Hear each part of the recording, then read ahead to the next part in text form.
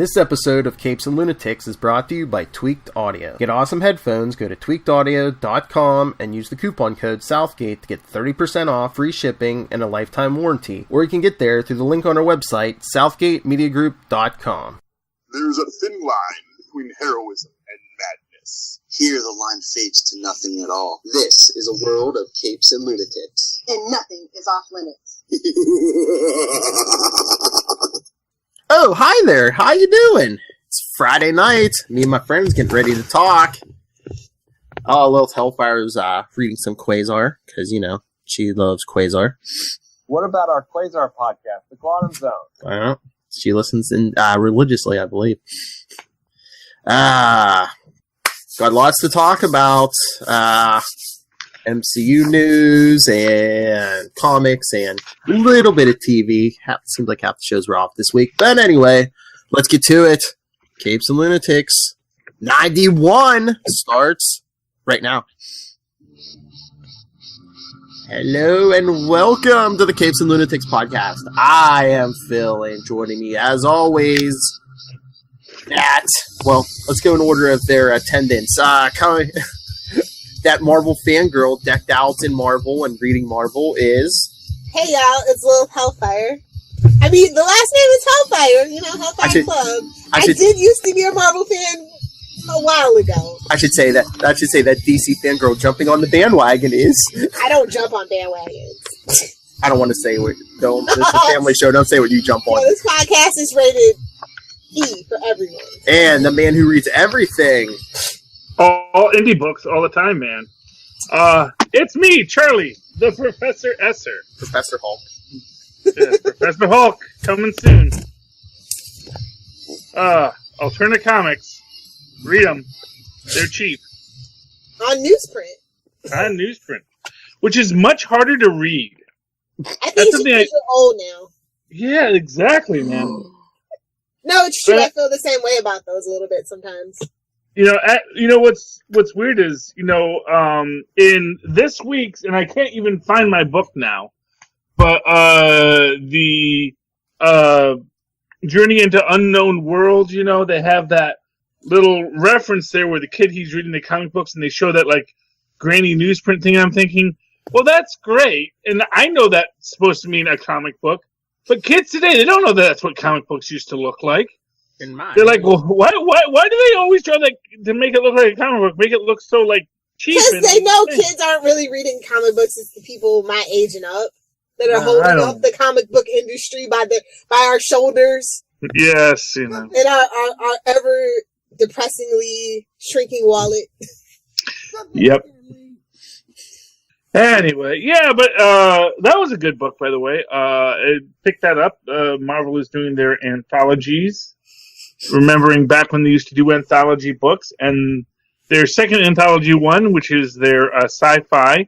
Let me go get the title here because I have I found I have it on the digital, but I can't find my actual floppy of it. But Journey into Unknown Worlds. Are we jumping the comics already? No, I just want to say, let Charlie have it. It's good. I have it digitally, but it's welcome to the digital age, Charlie. Yeah, well, it's easier to keep track of. Exactly. Yeah, we don't have to jump to comics. I'm just saying, I know no one else read it. I got it.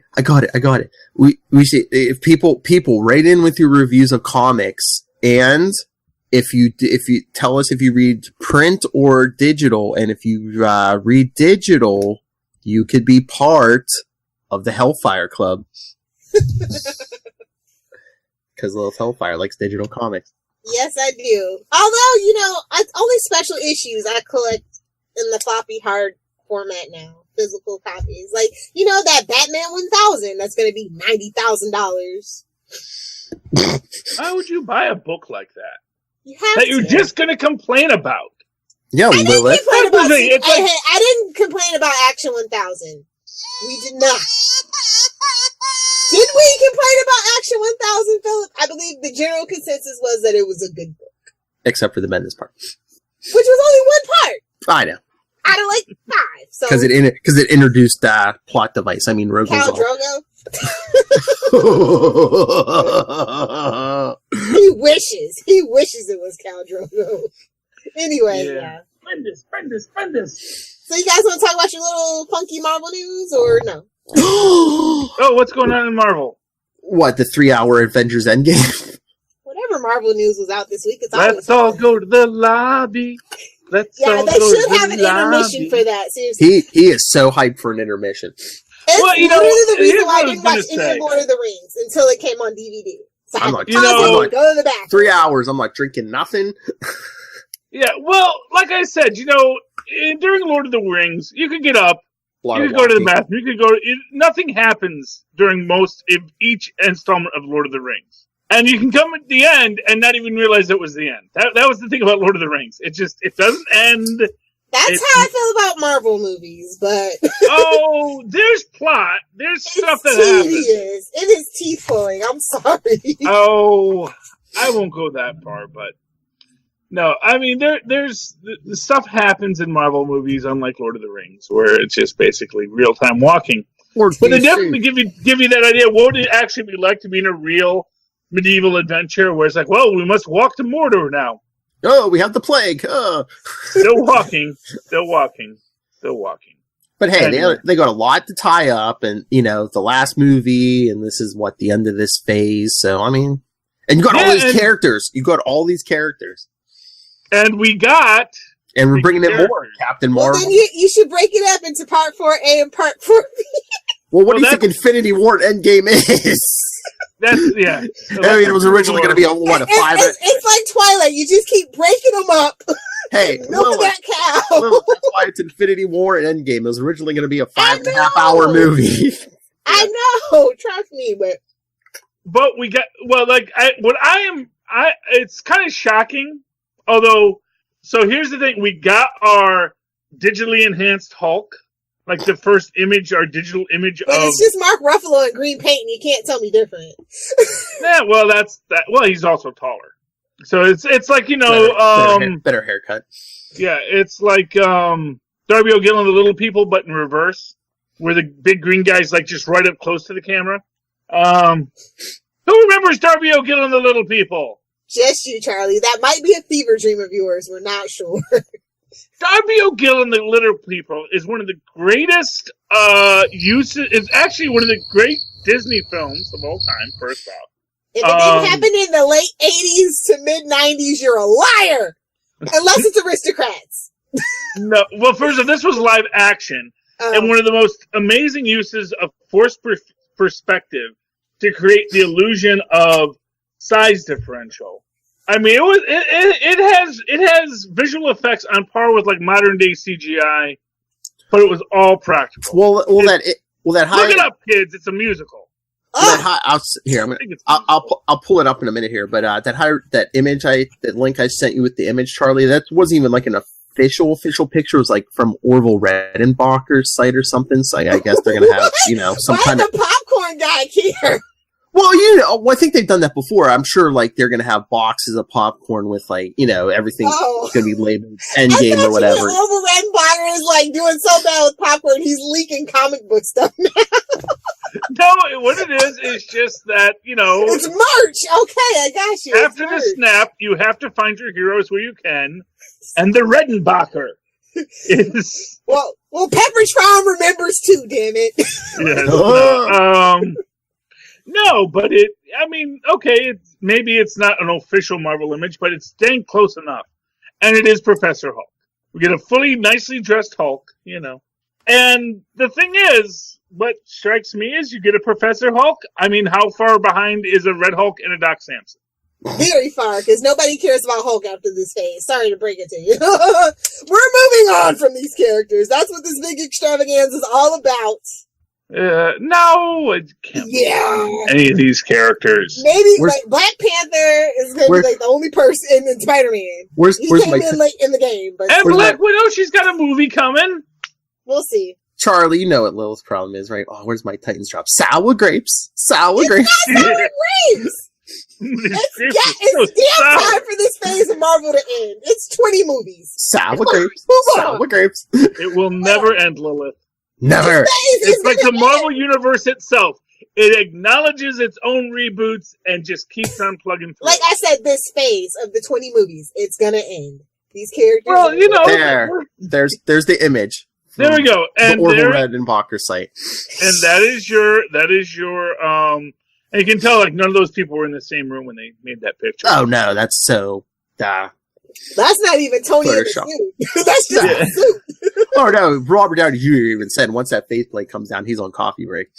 Yeah, but what I love about this is we are first off, hey, red-haired Black Widow.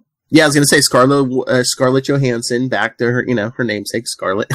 Although in all the trailers we've seen, she's still blonde. So yeah, but I wonder. It's a win. Well, too, they film these movies concurrently. I wonder if in some of those trailers they use some like unused Infinity War footage too. Entirely possible. Because I mean, we still haven't seen Captain Marvel. Only features and flashbacks. And look, Jeremy Renner got a new haircut. Yeah. That's where he was the whole time, trying to find a damn barber during the apocalypse. Now we know. Give me a fade. 1.5, buddy.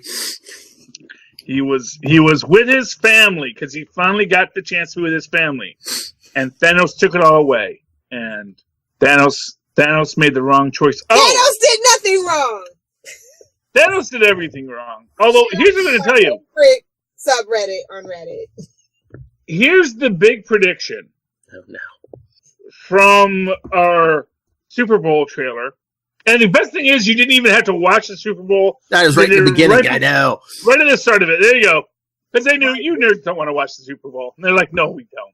We don't even want to watch that Game of Thrones rigmarole. Because Game of Thrones doesn't like Bud Light. Like, oh, okay. Going out on a limb there, Game of Thrones. Super Bowl, Game of Thrones, people are getting screwed either way. Yeah. But, no. So we see this image of Rocket walking into what is clearly Thanos' hut. You mean Thor? No, Rocket. Oh, okay. Rocket's the one who... No, Thanos is going to see Grandmaster. It's Wakanda because people are unimaginative. But no, it looks like Wakandan architecture. It's like, really? Are you going to tell me what the hell Wakandan architecture looks like? Because it is basic. It is your basic sci-fi architecture. I think he's going to get the Grandmaster. But because we need more heroes. Well, I do know of a place with many warriors. I was just there. I don't know, man. But here's the thing. You see in the trailer Rocket Raccoon going through this little shack door. And it's a shack just like we saw Thanos in as he's chilling at the end. Like a villain. What is this? Because it's only from the first 20 minutes. This is Gamora communicating through the Soul Stone to Rocket to let her know where Thanos is hiding. To let him know where Thanos is hiding. And that's our big plot point. Because we do see that Rocket is in the Avengers now and all that kind of stuff. Oh, sad news. Mr. Oreo passed away, the actual life model for Rocket. He was 10. He lived a long life for a raccoon. It's fine. Oh, okay. Well, Just throw that out there. Make your day a little sadder. Some food poisoning, some bad trash. Trash pandas, they do what they do. Trash panda. Rabbit. Why are they trash pandas and pandas aren't just just bamboo raccoons? Because they're cuter. The rule of cute overrides it. They're not. First off, pandas are not cuter than raccoons. Tyler, what's up? Raccoons Settle are this debate, Tyler. You came in at the perfect time. We're talking Endgame. Okay. No, we're talking. Are pandas cuter than raccoons? Go. Trash pandas. All right, Solomon, you join me. All right, what's a better animal, a panda or a raccoon? All I'm gonna say is look at his PJs. You can't see. Raccoon. There, yeah. It's done. Exactly. Trash pandas all around me. I see how it is. Raccoon's got the fluffy tail. They're bandits. They destroy garbage cans. But Jack did nothing wrong. I will say though, think about it. There is 3 movies called Kung Fu Panda, not Kung Fu Raccoon. There's 3 of them? Plus a TV series. You missed some, old lady, huh?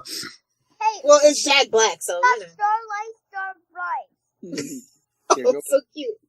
Go play. With Daddy So, talk. Philip, can you get this conversation back on track? Hold. I was gonna say hold my beer, but you're the one holding the beer. Anyway, Beer. there wasn't even that much TV this week because Supergirl wasn't on, Gotham wasn't on, Orville wasn't on. They were on. They were just reruns. Yeah, they were. Well, no new Well, you know, semantics. Gotta catch up, Flash, we man. already talked. Well, yeah, Lilith and I talked Little Flash and Arrow on Tuesday. Lilith, What? I watched Arrow. I Yeah. haven't watched Flash yet, just because You're not missing much. we're gonna watch it together. I did like Arrow. I did feel like it was a little too like the arc of the episode. the documentary. Yeah, like I like the idea of just it was neat the documentary, and that the whole episode wasn't the documentary. So I'll give them that for just trying something different. I have to give them mad props for getting Kelsey Grammer to narrate though. That alone was worth it. Yeah, the first couple minutes. Yeah. I was So like, is Kelsey somebody? Is he Sideshow Bob? No, it's like Just they're making this narrating. documentary. Yeah, it's just a narration voice. He's the, So he doesn't like. It's like yeah, you he's don't not like see I'm- him, and yeah, no, no, I don't even know. That's why I'm sitting here. I'm sitting there like I know that voice. he just narrates the first couple minutes. Yeah, Like, is that Kelsey You- Grammer? You know who they should cast Kelsey Grammer as in the DCU? oh boy, Yeah. Dark Side. I mean, I guess No. the forehead. Weird Al. No, Weird Al is in the animated universe, and he's amazing in it. By the way, I know. um, I'm kind of thinking Kelsey Grammer's Dark Side. Well, he was up for the role of the chief in Doom Patrol, but then they went with Timothy Dalton. Which I think, okay, I was gonna say, I think Timothy Dalton as Chief is better because the dude who played it on the one episode of Titans kind of creeped me out. Well, that's it. Chief's a creepy. And that's what I was telling Janine. I'm like, I don't know enough about the Doom Patrol to like comment if am I supposed to be creeped out and weirded out or not by the Chief.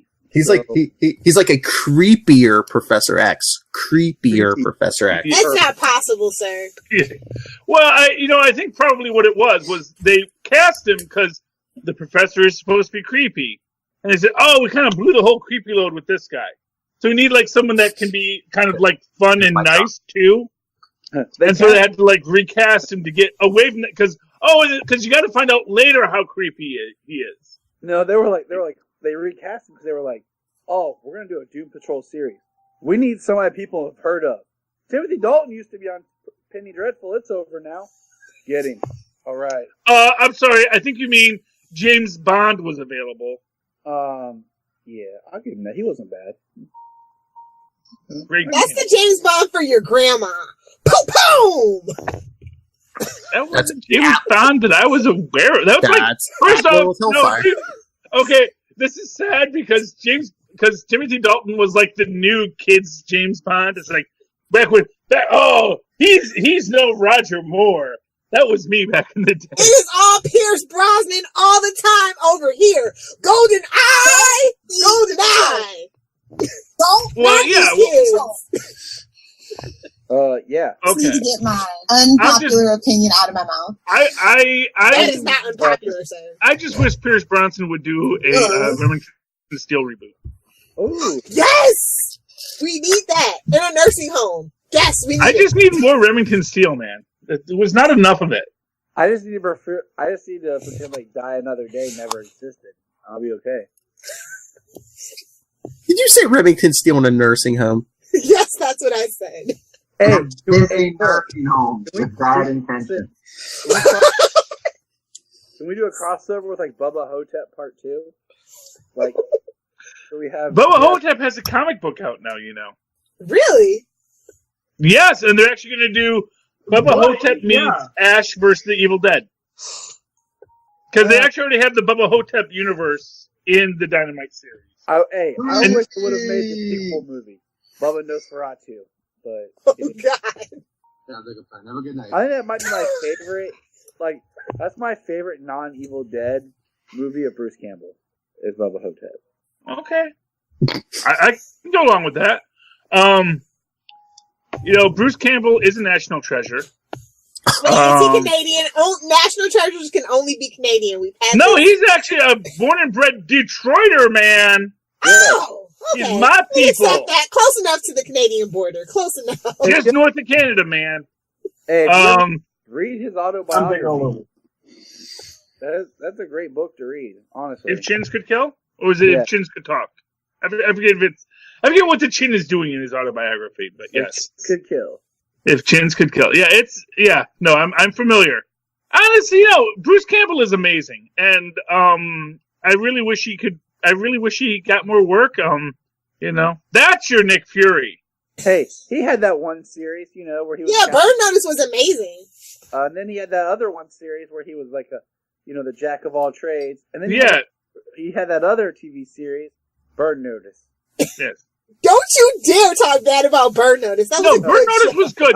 He wasn't the star of Burn Notice. He was a supporting. But he stole every scene he was in. Well, he does that in everything he does. He stole Escape from L.A. You didn't even know that Ego was in that film. Like, Ego's in that? Oh, yeah. But no, it's all Bruce Campbell as the mayor of Beverly Hills. He stole the Spider-Man trilogy when he appeared on the screen in those few scenes. All three scenes. Exactly. Nobody cared about Tobey Maguire, and then when the movie was over, no one still cared about Tobey Maguire. Nope, exactly. He's the guy who gave us the name Spider-Man. Oh, let's talk comics since Tyler's here. You can ask him about Man and Superman. Yes, that was my plan. And Adventures of Super Sons. Yes, all right. All right. I don't have my copies downstairs. Solomon and I had to come back upstairs. He didn't want to be downstairs. That's all right. So, before you get into Man and Superman, let's explain this to Charlie. Charlie, this was written by Marv Wolfman in 2006. It was supposed to be 4 issues in Superman Confidential, but then that series got canceled, and for some reason they haven't reprinted it until now. Okay. So they reprinted it this week on a $10 100-page story. So it's all 4 issues. So it's a graphic novel. Yeah, basically. That's what we back in the day used to call a graphic novel. You only got 4 arcs in a graphic novel? Rip off! God Loves Man Kills. Still one of the best books ever written. So, Tyler, Man and Superman. It's like a different take on the Superman origin. I love it.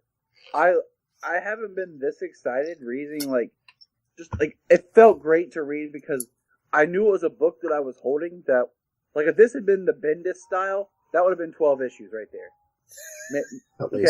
Maybe and Rogue Czar would have been in 6 of them. Okay, but I just loved it from the beginning.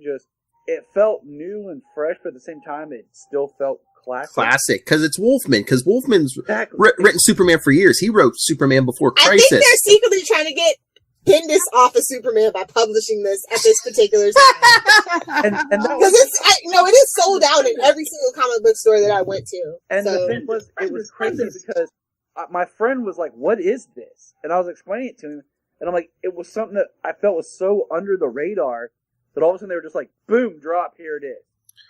There wasn't any build up, no hype, no hey, check this. It was just and I went into my shop and was like, do you have any more left? And he's like, of course. He always holds anything Superman related for me. So if I want it or not, he at least has a copy holding until I get there. Yeah. Well, you figure it might be like Bendis Backlash, and 2, this was written pre-New 52, so Exactly, and fans have been complaining about that. Mm-hmm. So. Okay, so spoilers, break it down for me. What's going on here? Real quick, if you were, tasked with, hey, I need you to reboot Superman, I think this is the type of story you should go with. This one should be more of your template, because it gives you a really good perspective of Clark. He gets to wrestle with his should I, shouldn't I, will they believe it, and it's basically Superman Begins. It's basically Clark moving to Metropolis. He doesn't put the suit on right away. He doesn't get his reporter job right away. He's working with those janitors right before he, he's trying to get an appointment with Perry White at the planet. So it's Smallville. No, it's Metropolis. It's the later seasons, yes. Okay. No, because he was working for the Daily Planet from season. When did he officially start working there? Season 7. Whenever Chloe started working there, he tagged along because he was tag along. And I they try to get Wolfman was trying to give he was saying I wanted the show emphasis Lois in on a Clark. way where Clark didn't just fall in love with her because she was a pretty face. Right, dude, I love the portrayal of Lois in there. Because she's the first one to believe in Superman, and everyone's ready to be like, "Oh, he's evil." You know, he's the one behind all these attacks, and Lois is like, "No, he's here to help us." And she was asking all the right questions without giving it away, like in the movie. And I like the friendly rivalry too, because she kind of helps him get his job, and she's like, "Oh yeah, this town needs two great reporters." She's like, "But don't get mad when I scoop you every time." It was very Lois and Clark, which is why I dug it probably. Yeah. There's a nice mixture of Smallville, Lois and Clark, a lot of our pre-New 52 stuff. Yeah. And I mean, the Lex interpretation was... Oh, yeah. I think perfectly on par with what Lex... Now, I wanted to ask you, is there supposed to be like a second volume of this? Like, do you know? I don't think so. I hope so. I mean, unless Wolfman goes back and starts writing, because this was it, because he was in the middle of writing this, and they canceled that Superman Confidential. Which they re-released the Superman Confidential just under like a Darwin Cook, because he wrote the first couple of issues, and they re-released it under something like as a trade, and I can't remember what it is. Yeah, I don't know. It was just one of those ones. There you got Superman Confidential and Batman Confidential. They were just, I think weren't they different teams every arc, because it was just like, you know, a book where you could write a Superman story in any continuity. They were toying with that idea, Because I followed the Batman Confidential, and then when Superman came out, like I was like, yay! And like the first arc was Darwin Cook, and then that was canceled. Like that was done. So they had to do New 52. They reprinted it as something Superman under the Darwin Cook name. So what's their take on Lex? He's been out of town for years. He comes back. He's like, Lois hit, like, Perry's like, you need to go get the interview with Lex because the history between you two. Because I guess she always has a history with Lex. You like the gingers, what can you say? Well, and then there's all these attacks on Metropolis, and Clark, and, you know, then Clark and Lois have to, like, prove, hey, it's Lex behind these attacks. I mean, Clark... profiteer. It's like, why did he have these laser cannons installed at the airport? How did he know he was going to get attacked? Clark's working backwards. He's putting things together. I'll tell you, I kind of realized, I think the hardest character to write in comics is Perry White. Because I feel like if you go too far, people are going to think, oh, he's a ripoff of J. Jonah Jameson. Yeah, you don't want a Jameson, but you don't want him like... You want him a little gruff, but yeah, not Jameson. You don't want him like Lois and Clark's Perry White. No, yes! Smith.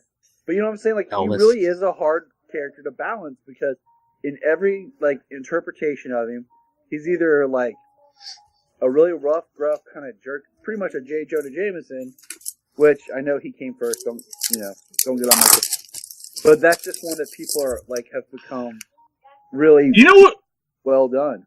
You know what I think is a great Perry White kind of model? Is if you've ever seen The Night Stalker, Kolchak the Night Stalker, his publisher, because he's this guy, he doesn't like to put up with Kolchak's BS, but he still publishes Kolchak's stories. Because he wants Kolchak to be on the ball as a newsman, but at the same time, you know, he understands this is a business of making a paper. I think that's a good model for your Perry White. I can see that. Yeah. I like Kolchak the Night Stalker. It's a good series. Okay, but the best DC book this week, I'm sorry, Adventures of Super Sons #7. I love that freaking book. It was so adorable. See, is it Lilith? Does it help that John's a boy? Yes. You know, like the son, like, you know. This is before someone aged him up. Tremendous. So now we have to go and try to retcon and write a whole bunch of stories about before he got aged up. Because don't get me wrong, like the heartbreaking part about John getting rejected by the Teen Titans and everything, and they don't want him to be a part of things. I really hope comes playing back around where like he rejects them now in the current business run out of just anger he learned from being with Jor-El or something. But it just does my heart that they aged him up so fast like that. It'll did the Titans reject him, or did just Damian? Well, Damian's like, you're not ready for this. Meanwhile, Damian will work with them, but he's like, oh, you're not ready for the Titans. Oh, please. Damien is just such a... God, Damien is so full... he makes Bruce seem like a stable, well-adjusted man. Well, I think, well, you think maybe Damien's just jealous. He doesn't want to share his friend with the Titans. He doesn't want to... He doesn't like to share, period. And he keeps his friend, like, kind of puts him down, and that's why John has, like, his emotional break. Damien's a bully. We've already discussed this. But this is why... That's why I loved when Jason Todd, right? You know, beats him with that crowbar. And just... Crazy. Puts him in his place and says, you know, look, you're a little boy. Get child services over to Esther's house. Yeah, I don't beat my children. My children listen to me. They sleep in the box. They like it. He chooses to sleep in the box. I He's know. not in the box tonight. But he was back in the box last night. I don't know. It's a choice. I let my kids sleep in boxes. If it makes them happy, why should I say don't sleep in a box? But I thought the little baby Green Lantern was the cutest thing, seriously. Oh, Charlie, you would love Joker this. Jr. wasn't even that bad. Charlie, you would love this one. They're stuck on a prison planet, you know, with those junior with all the kid versions of the villains. But Charlie, you would love their version of Solomon Grundy or Grundette. Yes. Oh, Grundette. Does she hate Super Friends?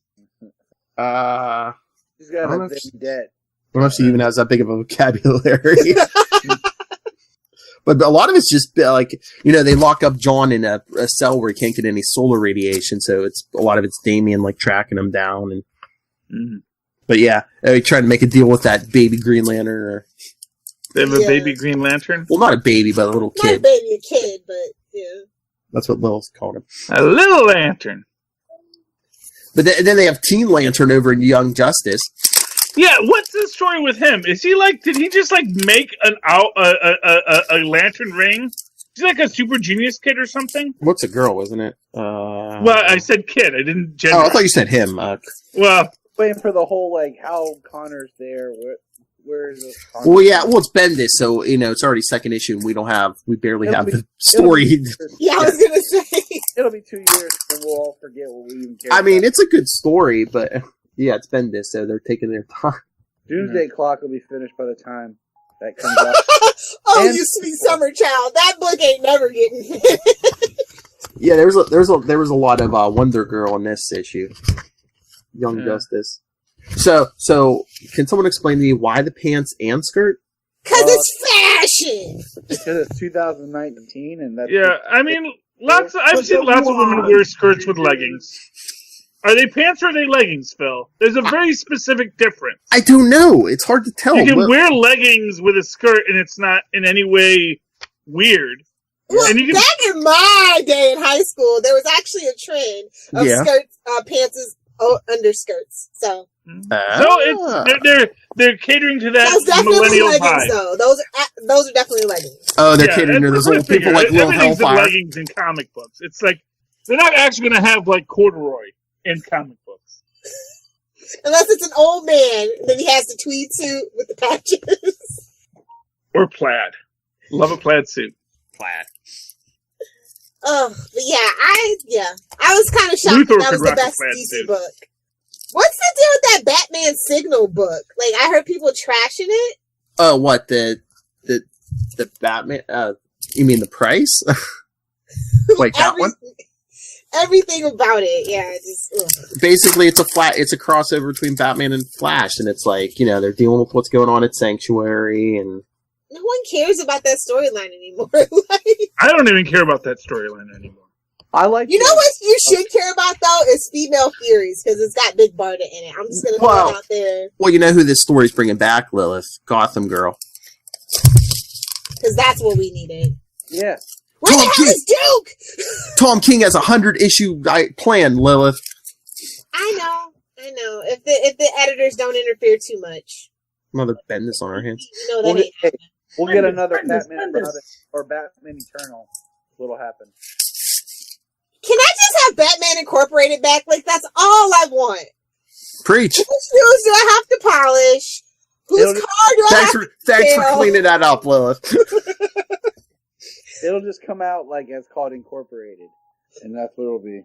I mean, they're already basically doing that with Young Justice. Let's talk Marvel. So DC. Charlie doesn't get too bored. Hey, did anyone read Champions this week? I was meaning to. I probably will after this. Brand new day, man. It's a brand new day. They revealed the deal Miles made with Mephisto. Yes. You can't make deals with Mephisto. Don't tell Peter Parker though. Well, first off, hey, scot-free, man. It is a consequence-free wish. So is something going down because they showed like a preview like of the image from the free comic book day issue, I guess Marvel's putting out, and it's like Peter and Miles like looks like they're about to fight on the cover. Does this have something to do with the Mephisto thing? Because I saw, because isn't the whole thing where Miles makes a deal to save his friend, Miss Marvel, and well, here's the thing. So spoilers. There's no deal. No. Basically, things go horribly awry. And Mephisto just shows up and says, "Oh man, look, this was lousy for you guys. Tell you what, why don't I just rewind time a bit, and you can go save the day, no cost, no strings attached. You just get to be the heroes. I'll just do this." And they're like, "Why would you do this?" Because why shouldn't I?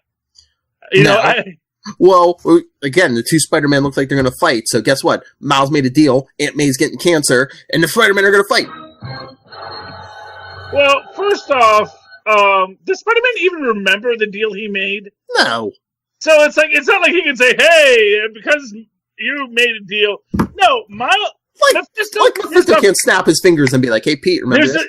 There's this great point that Mephisto makes, and it's this point that devils always make. Is like, I don't need your souls. There's a line around the block of people clamoring to get into my domain. He didn't take Peter Parker's soul. He took his marriage, his love. Yeah, and he took nothing from Miles except for the fact that now he knows they can't do it. He took Miles' confidence. Oh. Because basically Miles makes the deal. No. And there's a very little thing here.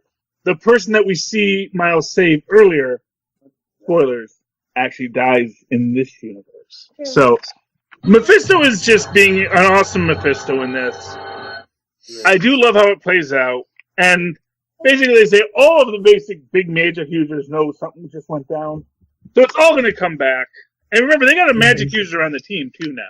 Because they got Snowbird's daughter, or grand niece or something. Yeah, basically, isn't like every teenage hero now like a champion, or at least a reserve champion? Yeah, they're all reserve champions, except for Nova, who's now just the pilot, and he's all mad about that. By the way, this is something I'm interested in. Meet the Skrulls. I knew it. I saw that ad. I'm like, I just heard it in my head the minute I saw that ad. I was just like, it's something Charlie Esser would like. Okay, he can't find the button. Yeah, it happens to a lot of men sometimes in the moment of panic. They can't find the button. Oh! Oof. The best Marvel book, I'm sorry, I have to disagree with both you guys, was Killmonger #4. Y'all need to be reading that if you ain't reading it. The art is on point. The story is great. If you were bummed out by Black Panther's ending, this is the book for you. So, still good, huh? Yeah. 4 issues in. Anything could change. Oh, well, again, I must respectfully disagree. The best Marvel book this week was Daredevil #1. Charlie Esser, back me up. It was good, right? It was a decent book. First off, it very much borrows from the Netflix universe. We even have Wesley in it, was Wesley created in Netflix? I don't think he was a henchman. I don't think. I mean, Kingpin's always had his like right-hand men, and I believe he's had a Wesley for a while. Okay, well, it could be, but Wesley's in it, and if you love Wesley, you're happy to see him back. I mean, basically the setup. I mean, they're doing last couple ever since Bendis. It seems like when one writer leaves, they leave Matt Murdock in a predicament. Like when Bendis left the book, he had him, his identity exposed and locked up in prison. And, after a while, then when he gets out, then eventually gets taken over and possessed by the Hand. And then I think that's when Mark Waid came in and, the identity. So Daredevil's been he really exposed his prison? What? What is He's it? Arrow? Green Arrow. You failed the city.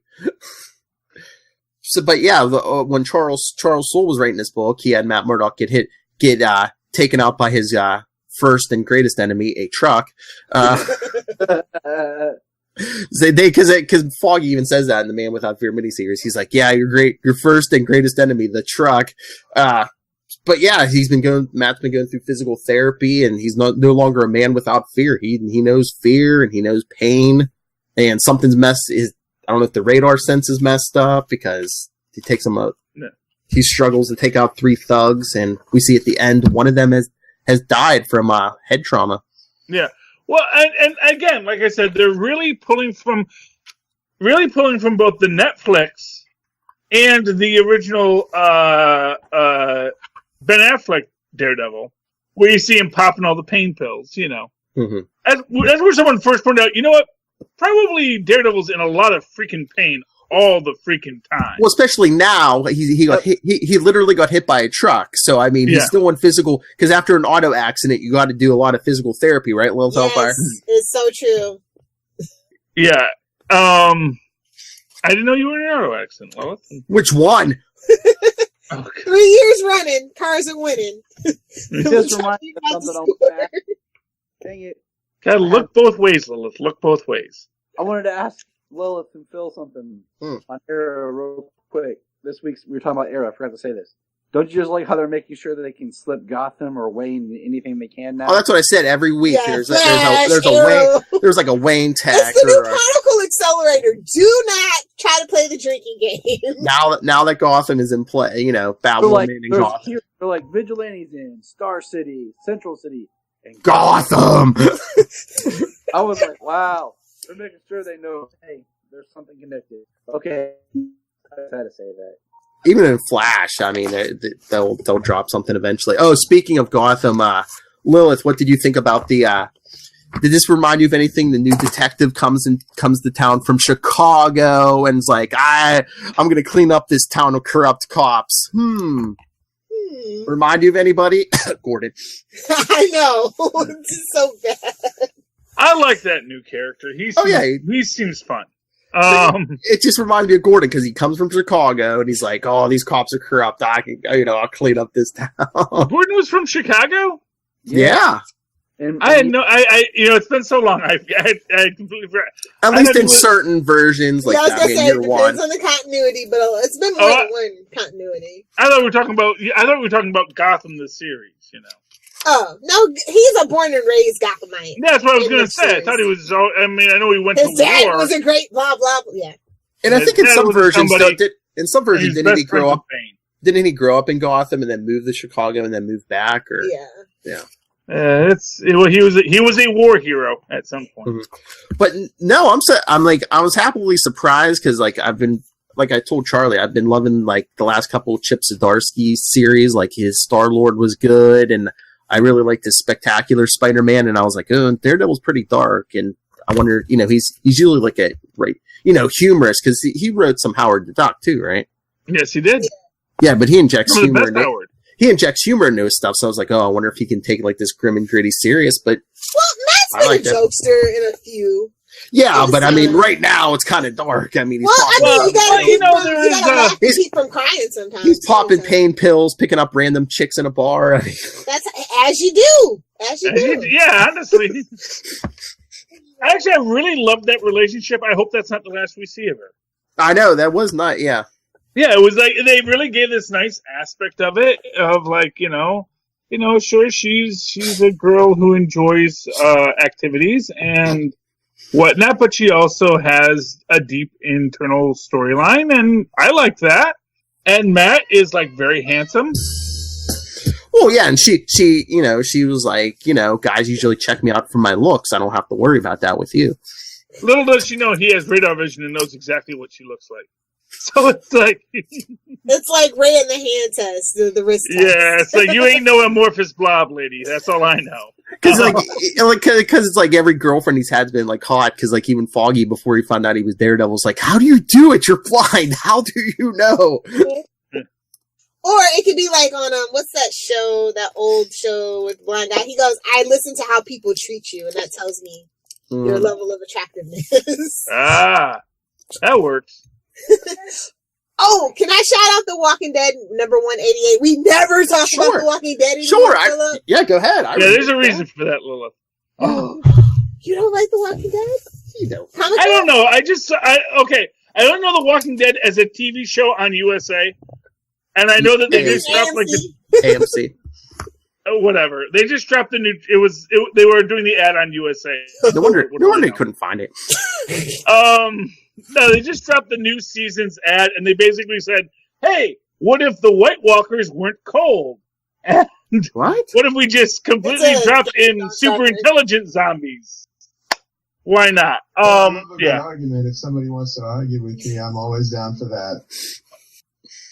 It wasn't impressive, but anyway, what are they doing in the comic books? Maybe that's. I mean, much to my chagrin, we're still in the Commonwealth arc. Like, I feel like this has been forever, but I'm still enjoying it. And like, Princess just perplexes me. So I'm just like, I feel something when I'm reading. Like, I just want to Hulk out every time they mention her.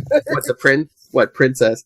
Yeah, like just make up your mind. What are you gonna do with her? The princess. So they have like, what is the storyline with these zombies? Because they kind of seems like people are existing in this universe. It doesn't seem like much of a zombie apocalypse. I got to be honest with you. I think that's how the zombie apocalypse would go. You just go from place to place trying to survive and not turn into a zombie till you drop dead. In the show and the comic, like a lot of time, most of the time, I'd say, well, if it's humans are the villains. Yeah, the humans are more of a threat than the zombies at this point. So it's just like real life. Because people are fighting over resources, yeah. Well, but it just seems like it wouldn't be that hard to sort of establish a perimeter and just rebuild society. You would think. Let's just see how you do when the real apocalypse happens. Do you know how to turn I'm just saying, these zombies don't look that intimidating. I'm just saying. Do you know how to turn a zombie horde, Charlie? I don't think so. Here's what I'm going to say. Since they're already bringing in the TV series the new zombies that are like super dangerous zombies, they make the old zombies look like lousy zombies. Well, it's not really about the zombies. It's like more of a character-driven story. It's not really it's character-driven. And like, the last one that really tugged at my heart, honestly, is probably the last time that we talked was the Michonne twist with the kid. I think I can say that now. It's been a couple of months, years, whatever. It's been like 13 issues or something. Yeah. So, so like it's a lot of interpersonal drama and stuff like that. That's why I read it. I don't know if I still read it. What happened with Michonne and the kid? She found out her daughter was alive in this community. And it was just like so well done. It was like she thought her daughter died years ago at the beginning of the zombie apocalypse, and she finally, she found out she was alive and was able to reunite with her. Oh, that's nice. Yeah, I don't watch the show. It's just not a rehash of Woody Harrelson's arc in Zombieland. You're basic. Zombieland, wow. What? Pretty good too, by the way. Am I the only one who ever saw Zombieland? That's a good film. I'm familiar with it, and I know that there's a 2 coming out. So yeah. Well, what I'm going to say is, Bill Murray Woody Harrelson's storyline in that is actually really. It has some great reveals and some great things as you're watching it, and it's like you think he's one thing, and then it's like, oh, that makes so much more sense. I just can't get past Kristen Stewart and baby Lex Luthor. Oh yeah. You watch Zombieland for Woody Harrelson. That's a Woody Harrelson. I love Woody Harrelson. National Guard Killers is like in my top 10, but yeah. Some things I just can't do for him. I'm like Meatloaf. Could Woody Harrelson get it? Back in the White Man Can't Jump days, yes. Now, no thank you. He's a dirty, smelly hippie who wears hemp. No thank you. Yeah. If I want that, I'll go for Matthew McConaughey. You want your classic Cheers Woody. And that's the Woody that was good. Love wants young Woody. Yeah. Well, Cut myself. Philip, come on. Get us back on track. Where's the timer? Oh, wait. I got it. It's counting. All right. Charlie, Lilith. I think everyone can agree. Immortal Hulk 13. Very good. Oh, very good. I don't know how they keep doing it. Like, I was all set to hate it, and here I am, still loving it, paying that ridiculous price. And finally, after all these years, looks like he's going to reunite with Betty. Is that what we've been waiting on? I haven't been waiting on that. Yeah, actually, I'm more interested in finding about Titania and Crusher Krill on Alpha freaking Flight. Oh! To me, that's like, hey, we're burying the lead here. As you do. First off, here's the thing about Crusher Krill. Okay, Crusher Krill, he is a bad guy from the way back. Back before any powers, he was doing life, like 8 terms in Rikers when Loki, gave him Asgardian Mickey. Okay? Literally dropped it in his drink. It's really cool. There's a what if. What if, some other person had drunk in that glass? But, and he has been, so creepy and weird over the years and is just so disconnected from reality. But I guess that allows him to just be remade anyway, because you can say, well, he just absorbs whatever's around him. So when he's around evil and horrible people, he becomes more evil and horrible. And every so often, he'll hang out with a hero, and he actually, just absorbs all that heroism. So, anything is possible. I really like what they do with Crusher Krill here. I like this page with the Hulk, when he tells Banner, we got to recombine if we're going to make it home. And Banner's like, no, just let me die. And the Hulk's like, no, I know you've locked me away for years, but, I was protecting you. I'm always here because I love you, you stupid kid. Yeah. Which is interesting because there's this. So are we coming to another Hulk merger because a certain movie's coming soon? I definitely think so. Charlie Esser? Well, yeah, obviously it's, here's what I'll say. It's a little more complex than this because honestly, the Immortal Hulk is probably the best Hulk run I've read since Peter David. Immortal Hulk, best there is. Yes, it is the best there is. And here's the thing. They do this whole thing where the Devil Hulk is in charge, and then they do this whole thing about, God and the devil, and the idea of essentially the Hulk saying, I love you, to Banner, sort of like God's love. It can be horrifying and terrible, but also it is a real love for those dispossessed. It's there's some great, powerful metaphors about what the heck the Hulk really is. That's worth the read. I mean, that's what I love about this, and we're going to see where it goes. Honestly, that's sort of the problem with something like Immortal Hulk, is it's so good, you're always left saying, but where do we go next? This is the best art that's ever been done on Hulk in a long time. Oh, yeah, though. good art. Oh, the art so I want to shout out to, is it Joe Bennett? Yeah, it's Joe Bennett.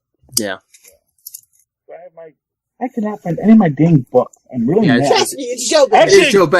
I actually bought all the books I read this week, and I can't find any of them. It's very good art, but even the look of the Hulk is I think we already said this. It's very reminiscent of early Hulk. Yeah. Oh yeah. His look. Yeah. But then again, this is all a love letter to all of the Hulks. Exactly. Even TV Hulk gets all kinds of love throughout this. Mm-hmm. When you tell that somebody that's writing it is a fanboy and gets in the best way, not the worst way, and they get it and they know what fans like and want, and they put it into their story and it's organic. It's really amazingly well done, and I am very pleased with this book. It is honestly, I'm going to say, to hell with you, Daredevil. That was the best Marvel book this week. Yes. Phil, you're standing on the ledge by yourself. I know. All right. Yeah, like I said, Daredevil was good, especially because he kills a guy because Daredevil is He's afraid. Listen to Charlie explain things. I love it. Yeah. Okay. You know what? Listen to last night's The Devil You Know. Well, we basically go into about how he's a whiny little baby who will hold his breath till he turns blue until you give him what he wants. And, we don't need any more heroes like that.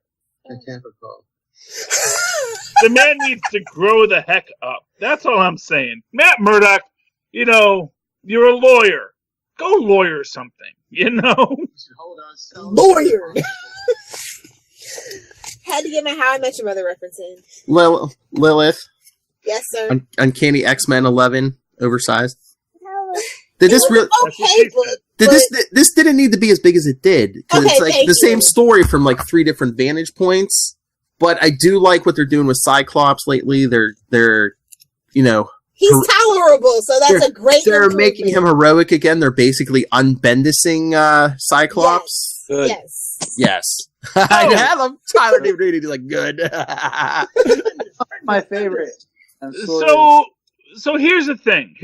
Just to get us back to the MCU for a minute. You know, Feige's making this thing about how he's like on the hunt for the new Wolverine. Yes. And does anyone think this is a horrible, horrible mistake for the X-Men in the MCU? To try and build it on Wolverine's shoulders instead of, say, a new Wolverine on top of that? Heck but no, but did they say they're doing that again? Are they building it or are they just throwing out Wolverine? We worry about because the Fantastic Four before we worry about the X-Men. X-Men will be fine no matter what they do. You know they're working on both at the same time. But we need to focus. We need to put all our love, attention, and care into Fantastic Four. X-Men will be fine, as seen by the numbers done in Apocalypse. You know, people will go watch an X-Men movie no matter what. Fantastic Four, after 2 completely terrible disasters, maybe not so much. So, for you, the first one was much less of a disaster compared to the second reboot. Yeah, the second reboot was absolute dumpster fire, but the first one didn't age well, and it didn't age well 2 seconds after you left the theater. That's all I'm gonna say. Well, yeah, it's about as good as Shazam will be, you know. Oh, get him out! Shazam's gonna be good. It's just not gonna be for people in your age bracket. That's all. That's all. It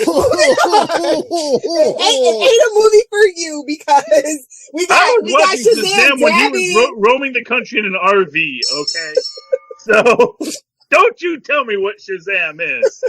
My name is Paul, and this is between y'all.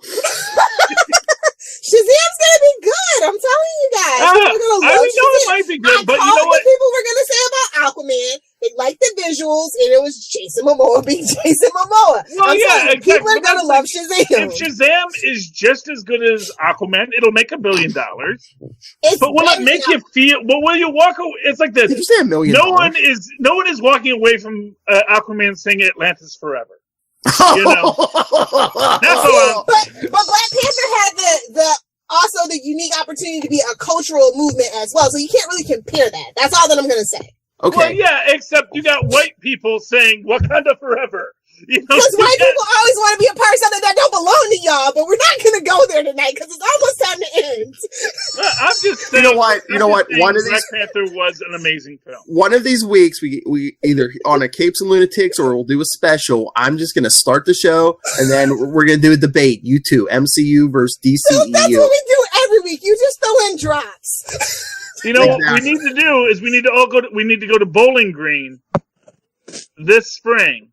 Say April 12th through the 13th. For Capes throw down, no holds barred. Capes and Lunatics 100. What? I don't know if that's going to work out, but yeah, man, that's what I'm saying, man. I'll bring my equipment. You bring your equipment. As I always do. Detachable. What? I said I didn't know it was detachable. Your equipment? Come on. It is. Well, if he's not doing Wayne's World that long, have we?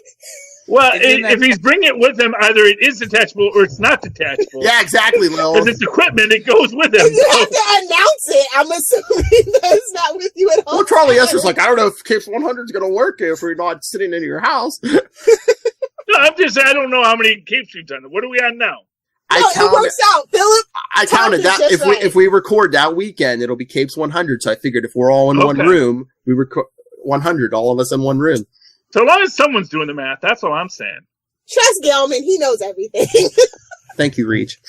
Can we all handle that? All of us in one room. Awesome. The nerdiness. Oh, with Rob and Martha? Oh my God. Oh. You know what? I'm going to have to see if I can bring Maz. I got a van. I can bring an extra person. Come on, we got to get at least one Quantum Zone boy. Come on. I'm trying to get them there. Well, already have Kristen, so. What about our Quasar podcast? Oh, if we get Maz, if we get Roberto Southgate. Oh, George. Kristen will be there. What? George. Well, I mean, honestly, it's just in Bowling Green, Ohio. That's like a 2-hour drive for Rob. Well, he said supposedly he's coming, so. Yeah, that's what I'm saying. It's like he could do that. He could physically do that. Meanwhile, in Tampa, I gotta catch a flight to Pittsburgh. Hitch a ride from Pittsburgh. Oh, Lilith, shut up. I know your plans, what you're thinking about doing, and you're complaining about the distance from Tampa. Okay. Well, there'll be no gingers to be seen as a reward. She's thinking about moving out of the country again. Well, I know that, but see, I thought she was moving to Europe. The no gingers is throwing me. Ireland. I want to move to Ireland. Well, that's all they have is ginger. Exactly. That's actually where they come from. That's their homeland. Pumpkin pounding. No, well, you said there won't be a ginger to be seen, so it threw me. Hey, if you can get work in Ireland, good for you. Which Ireland though? Because one's still in Europe, and one's being Little Ireland ripped away from the teat of Mother Europe. So West, east. No. What sort? I still want to be a part of Europe. Yeah. Okay. Yeah. EU. Go bring us some Lucky Charms. Racist. That's gonna be her. It's okay. That's gonna be her. Okay. I can say racist things about the Irish because I'm Scottish. Oh, okay. It's so Scottish. It's crowd. Charlie answered. That's 2 E's in the middle for maybe not so good quality. Philip, come on. All right, we're almost. We got like 2 minutes left. So should we get out? So should we cut this short?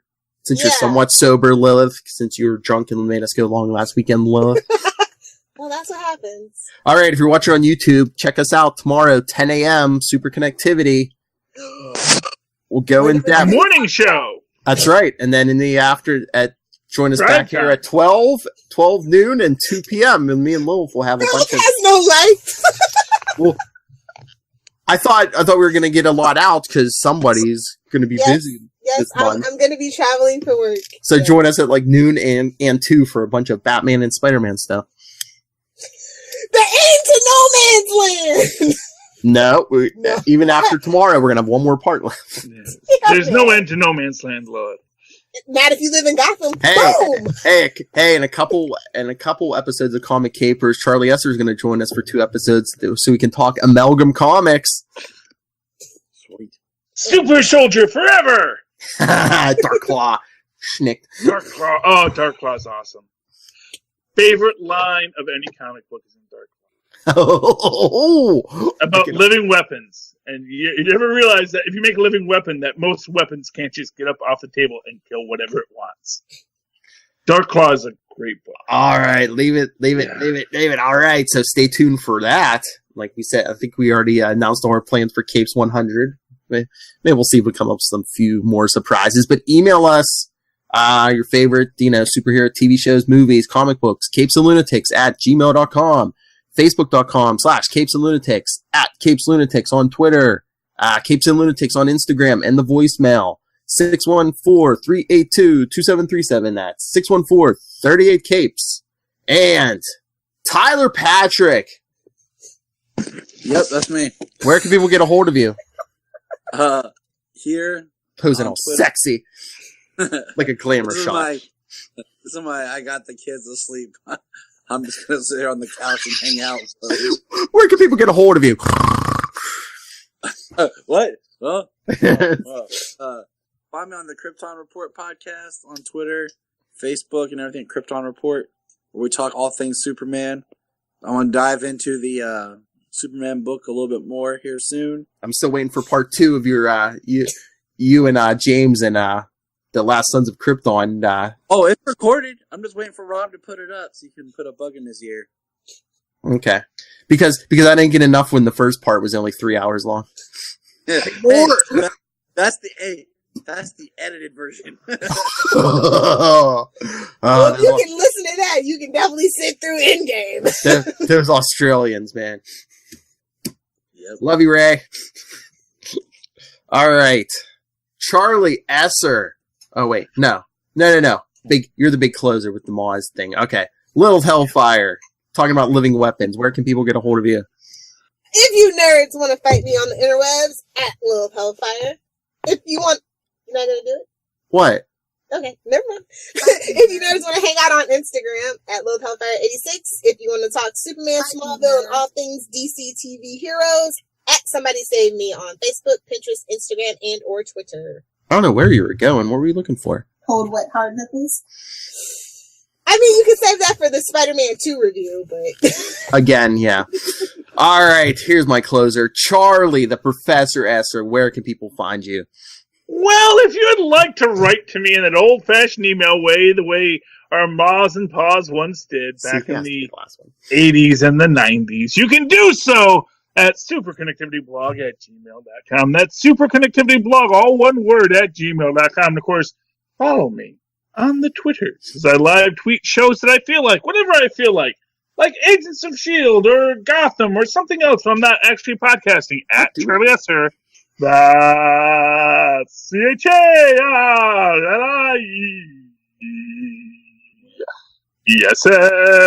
CHARLIESLCR. Look for the 2 E's in the middle. For quality. Bing. There you go. All right, everyone. Thank you for joining us once again. For another week, we have been the Capes. Ampersand. Okay. The Lunatics! He's I passed think out. Tyler It's fell okay. asleep. I was going to say, Tyler, say podcast. Podcast. There he is. Okay, he's sleeping. Don't wake him. He's had a long day. He has children that are I know. climbing on him all the time. Small children. I should be playing some lullaby music to put him to sleep. Yeah. No, I feel for him, man. It's like... I know. Damn. I got 3 o'clock in the morning.